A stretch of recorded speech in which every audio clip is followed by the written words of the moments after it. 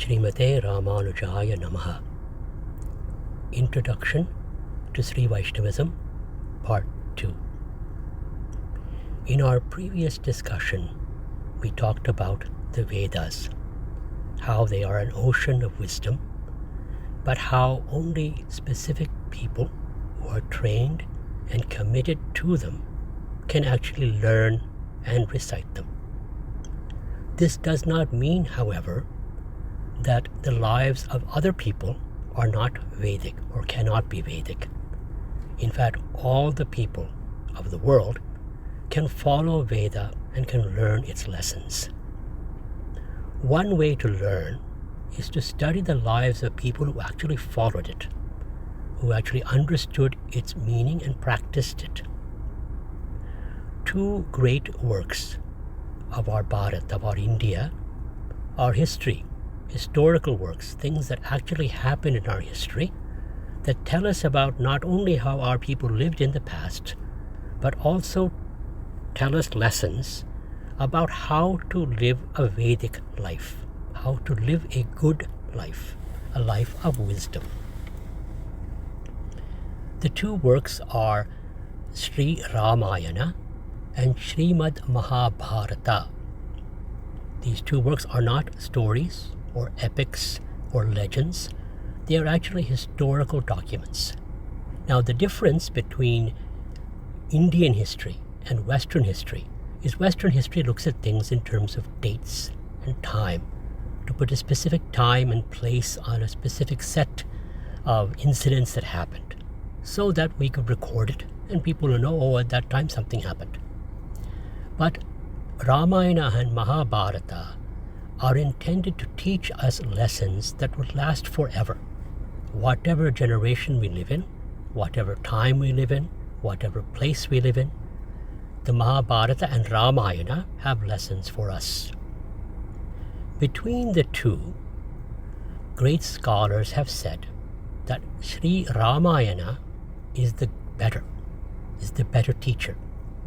They call it Sreshtamana Itihasam in Manipravalam, Tamil language, meaning that it is the most special story, is the story of Rama and Sita.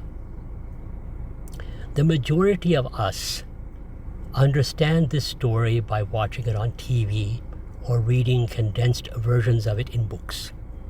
The original text of Ramayana by Adi Kavi Valmiki was approved by Rama himself as the actual story of what happened to him and Sita and Hanuman and Lakshmana and others during their time in the forest, during their time when Sita was kidnapped, during the time when Ravana was killed.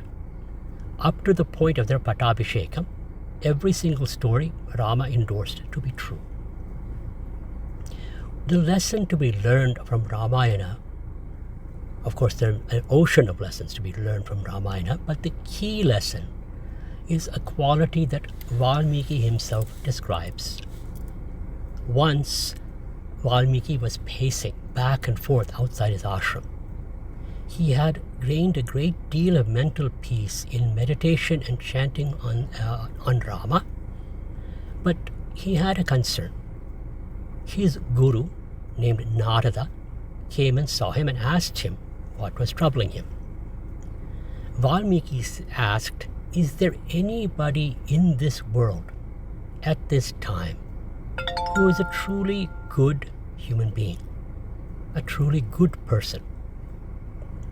The first question was Gunavan Kaha. He asked a series of questions, Gunavan Kaha, Viryavan Kaha, and so on. But Gunavan Kaha, Gunam means quality, a quality. In this case, it means the quality that every human being should have. That quality, Gunam, means treating everybody with equity, all people, irrespective of caste, race, gender, religion, anything that differentiates us from each other. We can recognize that we're different, but we must treat each other with the same fairness. That quality is called gunam, or in Sanskrit terms it is called sausilyam, accessibility to all. That quality or affection for all That quality is most important to cultivate in a human being. It's innate to us. It's in our nature. But over time, our judgments and biases and angers and hurts make us start judging people around us without giving them a fair chance. That we need to overcome. That quality is being taught by Rama in Ramayana. 3 examples are given. Because Rama has 3 men he considered his best friends. One was Guha, the other was Sugriva, the last was Vibhishana. All 3 men Rama identifies in Valmiki Ramayana as his closest friends. Guha, as you know, is a tribal man. He's uneducated. He lived off whatever he could find along the rivers. All of his people were largely fishermen and people who took people across the river by boat. They didn't have much. They didn't have any education. They had very little money. Yet Rama, who is the king of Ayodhya, who would eventually become the king of Ayodhya, at that time was the prince of Ayodhya, went and hugged him and said, "You're my best friend." All he saw in Guha was Guha's genuineness. Guha had an affectionate heart. He knew that strangers had come, and he just wanted to show them some affection. So Rama considered him his best friend. The next person was Sugriva. Rama promises to Sugriva that he will return his kingdom. In return, Sugriva would help him find Sita. The question is asked once by by Lakshmana to Sugriva. Rama killed 14,000 demons by himself when Sita was kidnapped. Rama shot 7 trees at once with just a single arrow. Why should he need you and your Vanara army, your army of monkeys, to help him in finding Sita? He could easily find her, kill Ravana and come back. Lakshmana explained, he is concerned for you. You are his friend. He wants to help you come up and to become as famous as him. If you help Rama, you will become as famous as Rama is. So it was out of his concern for you, out of his affection for you, that Rama made you his friend and is now seeking your help to find Sita. The last person is Vibhishana. Vibhishana, after all, is a demon, right? A demon. A person who actually was the brother to Rama's enemy, to Ravana. But when Vibhishana approached him in a mood of surrender and said, "Rama, I need your help. I don't know what else to do in life," Rama immediately jumped and took him and crowned him as king of Lanka even before he waged war with Ravana. So certain that Rama was that he would keep his promise to his friend, that he made sure that everyone knew that Vibhishana was the king of Lanka and not Ravana.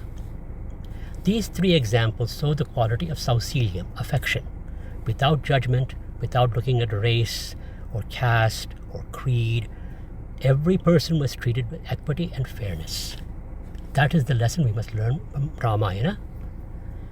What we must learn from Mahabharata will be in our next edition.